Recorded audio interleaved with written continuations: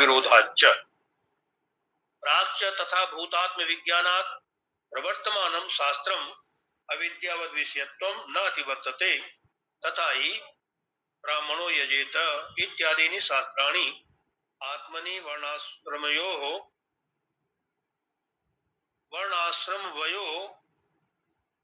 वंशादि विशेषाध्यासम् आश्रित्य प्रवर्तन्ते। अध्यासो नाम तस्मिंस्तद्बुद्धि इति अवोचाम। तद्यथा पुत्र भार्यादिषु विकलेषु शकलेषु वा अहमेव विकलः शकलो वा इति बाह्यधर्मान् आत्मनि अध्यस्यति तथा देहधर्मान् स्थूलोऽहं कृशोऽहं गौरोऽहं तिष्ठामि गच्छामि लङ्घयामि चेति तथा इन्द्रियधर्मान् मूकः काणः क्लीबः बधिरः अन्धोऽहम् इति तथा अंतःकरणधर्मान् काम संकल्प विचिकित्सा अध्यवसायादीनि एवं अहम प्रत्ययिनम् अशेष स्वप्रचार साक्षिणी प्रत्यगात्मनि अध्यस्य तम च प्रत्यगात्मानं सर्वसाक्षिणं तर्विपरेण अंतःकरणादिषु अध्यस्यति। एवं अयम अनादि अनंतो नैसर्गिको अध्यासो मिथ्या प्रत्यय रूप कर्तृत्व भोक्तृत्व प्रवर्तक सर्वलोक प्रत्यक्ष अस्य अनर्थ हेतोः प्रहाणाय आत्मैकत्व विद्या प्रतिपत्तये सर्वे वेदांताः आरभ्यन्ते। यथा चायम अर्थ सर्वेषां वेदांतानां तथा वयम् अस्यां शारीरक मीमांसायां प्रदर्शयिष्यामः इति अध्यास भाष्यम। इस प्रकार से ये अध्यास भाष्य है यहां तक। इसमें जैसा कल स्वामी जी बता रहे थे, अंतिम दो पंक्ति को छोड़ दिया जाए,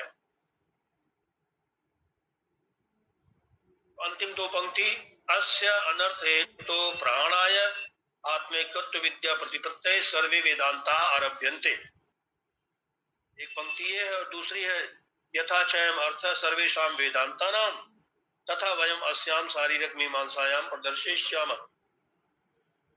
संपूर्ण वेदांत में जो ये अर्थ है, जो संपूर्ण वेदांत का तात्पर्य है, उसी को इस शारीरक मीमांसा मतलब ब्रह्म सूत्र के ऊपर जो भाष्य लिख रहे हैं भाष्यकार, जो विचार कर रहे हैं, उसके द्वारा इस अर्थ का प्रतिपादन करेंगे, इस अर्थ को बतलाएंगे, इसकी प्रतिज्ञा कर।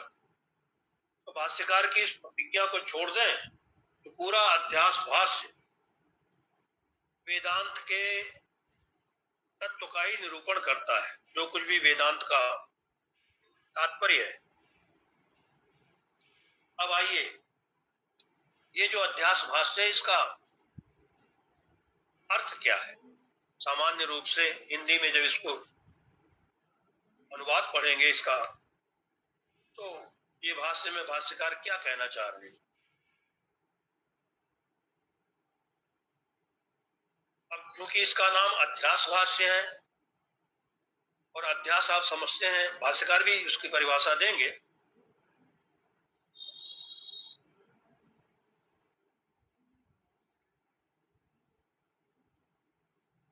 तस्मिन् तद्बुद्धिर अध्यास, मतलब जहां जो वस्तु नहीं है वहां उसका भान होना, उसका भ्रम होना, यही अध्यास है। भ्रम नहीं बल्कि उसकी प्रतीति होना, जहां जो वस्तु नहीं है वहां उसकी प्रतीति होना, यही अध्यास है। और सीधे सीधे कहें तो अध्यास का अर्थ है भ्रम। और ये अध्यास जैसे आप सब वेदांत के श्रोता हैं, प्रबुद्ध श्रोता हैं, जानते ही हैं, रस्सी में सर्प का अध्यास, सुप्तिका में चांदी का अध्यास, आकाश में नीलता का अध्यास, ये सारे अध्यास, और स्थल में जल का अध्यास।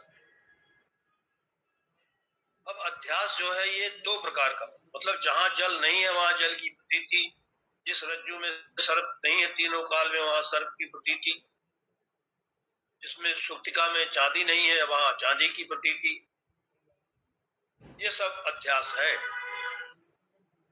और ये अध्यास दो प्रकार का होता है, एक होता है स्वरूपाध्यास और दूसरा है संसर्गाध्यास। स्वरूपाध्यास ऐसा है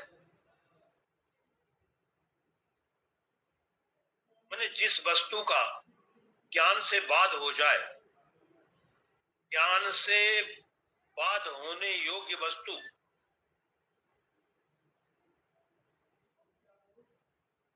अधिष्ठान में स्वरूप से अध्यस्त होती है।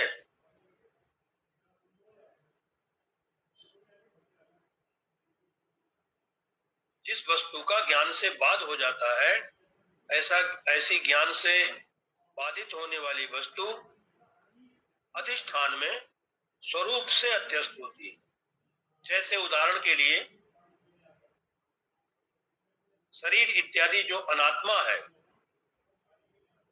शरीर मन बुद्धि मतलब सूक्ष्म शरीर हो स्थूल शरीर हो, ये सब अनात्मा है। तो शरीर इत्यादि अनात्मा का अधिष्ठान क्या है? इसका अधिष्ठान है आत्मा। इस अनात्मा का भी अधिष्ठान आत्मा है। जिस अधिष्ठान में, अधिष्ठान उसको कहते हैं जिसमें कभी कोई परिवर्तन नहीं होता और जो सारे ब्रह्म का आश्रय होता है। अधिष्ठान के ज्ञान से बाध हो जाता है जिस शरीर इत्यादि अनात्मा का। जब अधिष्ठान आत्मा का ज्ञान हो जाएगा तो शरीर आदि जो अनात्मा है उसका बाध हो जाता है। इसीलिए शरीर इत्यादि देह इत्यादि जो अनात्मा है उनका आत्मा में स्वरूपाध्यास है, क्योंकि ये ज्ञान से बाधित हो जाते हैं। और दूसरा अध्यास है संसर्ग अध्यास। जैसे अनात्मा का आत्मा में अध्यास हो रहा है, ऐसे आत्मा का अनात्मा में अध्यास होता है। तो आत्मा का अनात्मा के साथ जो अध्यास है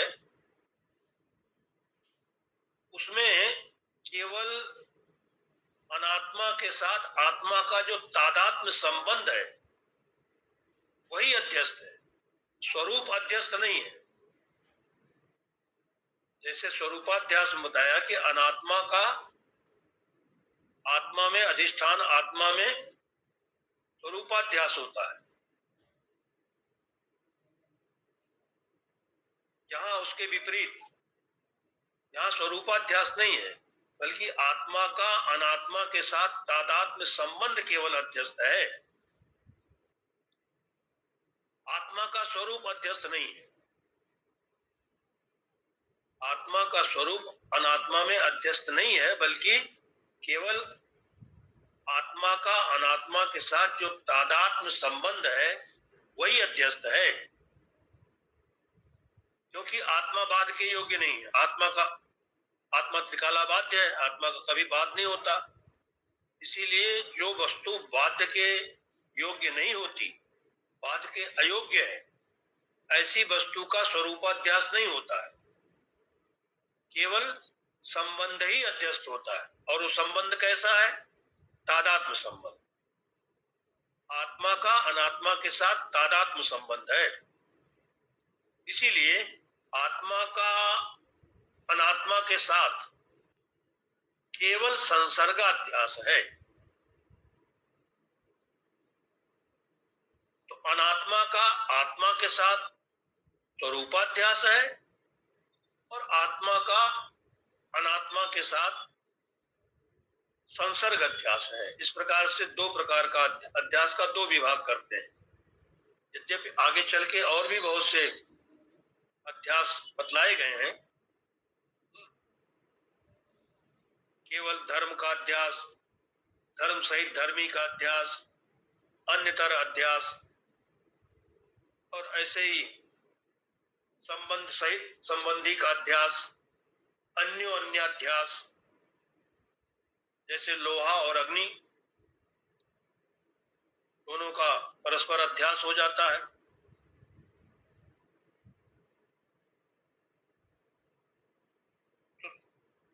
लोह पिंड और अग्नि की तरह ही आत्मा में अनात्मा और अनात्मा में आत्मा का अध्यास, ये अन्य अध्यास माने परस्पर अध्यास। अब ये आत्मा अनात्मा का परस्पर अध्यास कैसा है? तो आत्मा है सच्चिद आनंद अद्वय और अनात्मा है असत जड़ दुख रूप और द्वैतपना।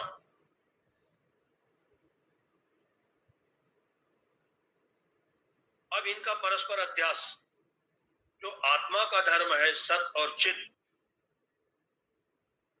वो अनात्मा की जो अनात्मा का धर्म है असत और जड़, उस अनात्मा की असत्ता और जड़ता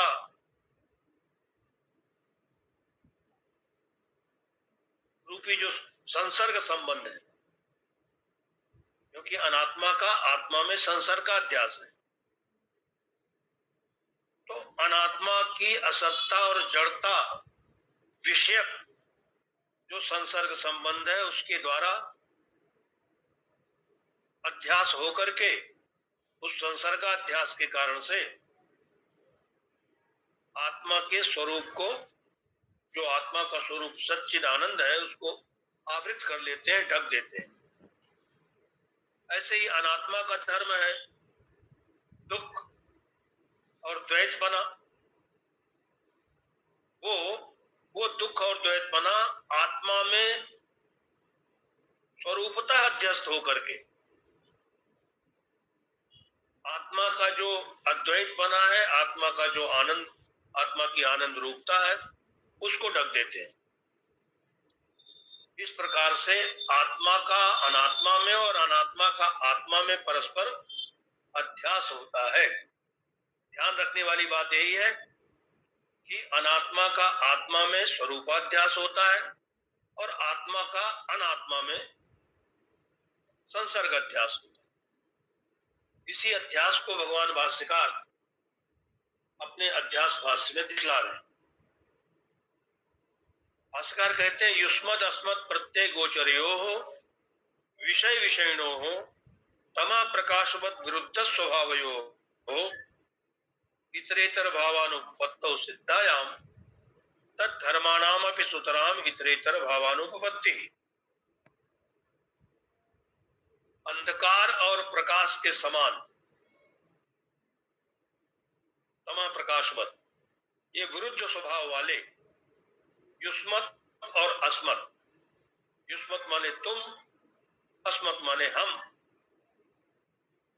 तो युष्मत अस्मत् प्रत्यय गोचरियो हो, तुम और हम ऐसी प्रत्यय, ऐसी प्रतीति के का विषय, ऐसी प्रतीति के योग्य कौन है? तो विषय और विषयी, विषय विषयिणो हो इतरेतर भाव अनुपपत्तो, मतलब इनका इतरेतर भाव की अनुपपत्ति है, मतलब इनका तादात्म्य युक्त, इनका तादात्म्य ठीक नहीं है, क्योंकि एक विषय है एक विषयी है, एक अंधकार है एक प्रकाश है, इनमें तादात्म्य करना क्योंकि दोनों का विरुद्ध स्वभाव है, ये तादात्म्य युक्त नहीं है। सिद्धायाम, ऐसी ये बात सिद्ध हो जाने पर भी, ऐसा सिद्ध होने पर भी, माने विरुद्ध स्वभाव वाले तुम और हम ऐसी प्रतीति के योग्य जो विषय और विषयी है, विषय और विषयी का तादात्म्य युक्त नहीं है। विषय हो गया शरीर इत्यादि अनात्मा और विषयी हो गया आत्मा। तो आत्मा और अनात्मा का तादात्म्य युक्त नहीं है, क्योंकि दोनों का विरुद्ध स्वभाव है, और वो विरुद्ध स्वभाव हमने आपको बतलाया कि अनात्मा का क्या धर्म है, तो अनात्मा असत है, जड़ है, दुख रूप है,